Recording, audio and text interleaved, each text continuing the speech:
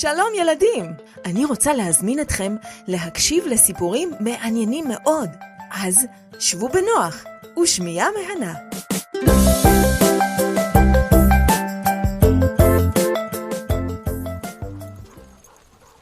על המסחלת ישבו שני בני שבט אסקימוי לבושים בפרוות מחממות. כלבים רתומים למסחלת רצו על פני קרחון קפוא.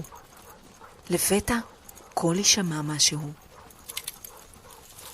גם טופה המכשף שמע את הצליל העדין של היסדקות הקרח. נהג המסחלת שרק והכלבים עצרו.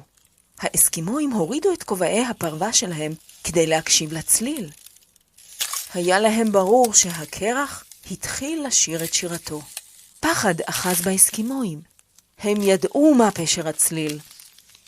הקרח מתחיל להשמיע קול כשמתחתיו מצטברים גלי ים חזקים, ובין רגע יכולים לשבור את עובי הקרח ולפרוץ החוצה בעוצמה.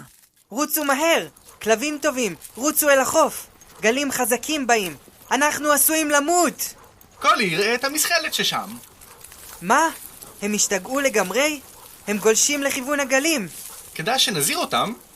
כשהמסחלת של קולי וטופה התקרבה אל המסחלת השנייה, הם הבחינו במבשרים מהעיר האסקימואית הסמוכה. טופה שנא אותם ואת ישוע שלהם שהם תמיד מדברים עליו, ולכן החליט לא להזהיר אותם.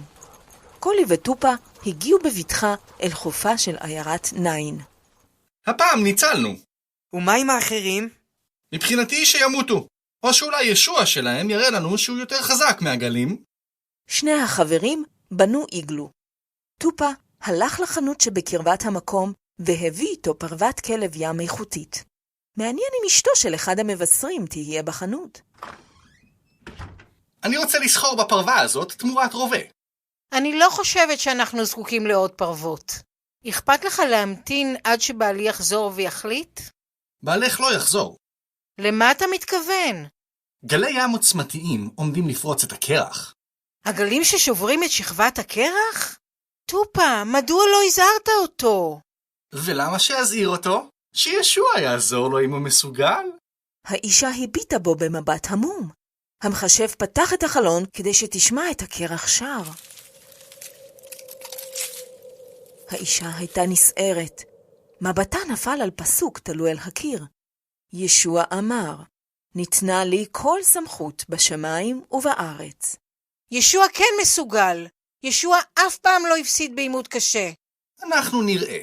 אם הם יחזרו לחוף ולא ייפגעו מהגלים החזקים, אז אאמין בישוע.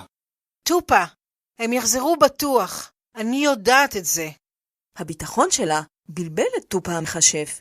אז מי ינצח בעימות הקשה? טופה או ישוע? את זה תוכלו לגלות בפרק הבא. כאן יעל. אנחנו נפרדים לעת עתה, אבל ניפגש בקרוב שוב. אם אתם רוצים ליצור איתי קשר, שילחו לי מכתב בדואר האלקטרוני לכתובת yael.מספרת@gmail.com yael.mesaperet@gmail.com להתראות!